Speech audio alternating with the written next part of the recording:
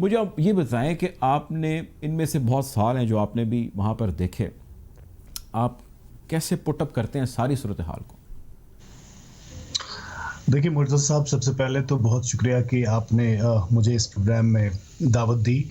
اور جو آپ نے سوال پوچھا میں اس سے پہلے یہ کہوں گا کہ جو آج میں سارے سوشل میڈیا پہ، ٹویٹر پہ، فیس بک پہ، اور جہاں جہاں بھی میں کشمیریوں کے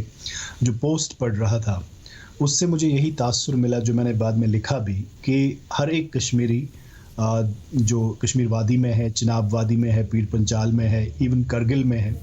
وہ اپنے آپ کو ایک قیدی تصور کرتا ہے اور ایک جیل مینول فالو کرتا ہے۔ آپ میری بات کو سمجھنے کی جی کوشش کیجئے کہ ہر ایک کشمیری جو ہے وہ خود کو ایک پرزنر سمجھتا ہے، اور پورے کشمیر کو وہ پرزن ایک قید خانہ سمجھ کے اور اسی قید خانے کو فالو کرتا ہے۔ جیسے آپ ابھی اپنے ایک آزاد ملک میں ہیں اور آپ ایک آزاد رائے رکھنے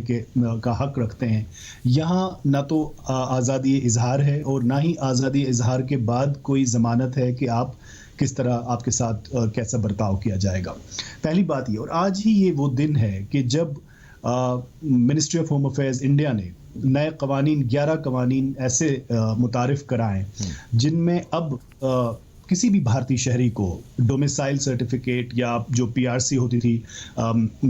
جو پشتینی باشندے تھے کشمیر کے، کہ پہلے کوئی بھی غیر کشمیری یہاں زمین نہیں خرید سکتا، اب ان نے وہ سارے قوانین ان میں رد و بدل کر کے اب کوئی بھی بھارتی شہری بہار سے، مدھیہ پردیش سے، ویسٹ بنگال سے آ کے کشمیر میں زمین خرید سکتا ہے، جس کو سارے کشمیری اب لینڈ گریب بتا رہے ہیں کہ یہ بہت ہی بڑا ایک لینڈ گریب ہے۔ اور اس کے بعد جو گزشتہ اگست سے جو 15 مہینوں سے جو لگاتار ایک اسالٹ ہے ملٹیپل فرنٹس پہ، وہ جاری و ساری ہے۔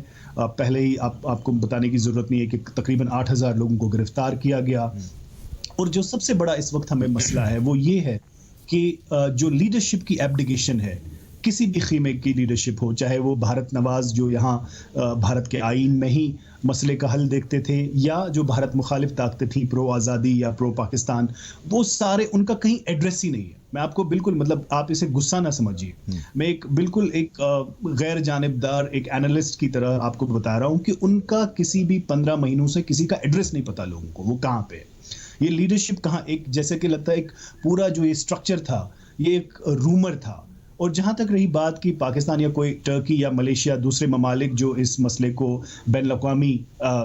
دروازوں پہ لے کے جاتے ہیں، دیکھیے جو کشمیر میں جو گراؤنڈ فیکٹس ہیں، جس تیزی سے وہ بدلتے جا رہے ہیں، یہاں کے لینڈ قوانین ہو، یہاں کی ڈومیسائل ہو، یہاں کے باقی جتنے قوانین ہیں، جو ڈیموگرافک کیریکٹر کو تبدیل کرنے کی باتیں ہیں اور جو قوانین اس کے لیے لائے گئے ہیں، تو اس میں یا نہ تو مضمون نگاری سے کام ہوگا کہ آپ کسی اچھے اخبار میں، نیو یارک ٹائمز میں آرٹیکل لکھیں، اس سے کچھ نہیں ہوگا، آپ کتنی ہی اچھی ٹویٹس لکھیں اس سے کچھ نہیں ہوگا، کتنی ہی اچھی تقاریر کریں اس سے کچھ نہیں ہوگا۔ ایسا نہیں ہے کہ کوئی بین الاقوامی برادری جو ہے وہ کشمیر مسئلے سے اویئر نہیں ہے، ان کی آگہی نہیں ہے، ایسا نہیں ہے۔ تو یہ ایک ایسی، یہاں جو اینالسٹ وہ سمجھتے ہیں کہ گزشتہ 5,000 سال میں ایسا ایگزسٹینشل کرائسس اور سروائیول کا جو بیٹل ہے وہ کبھی کشمیریوں نے فیس نہیں کیا ہے۔ دس از دا کرکس آف اٹ جو میں آپ کو بتانا چاہتا ہوں۔ ٹھیک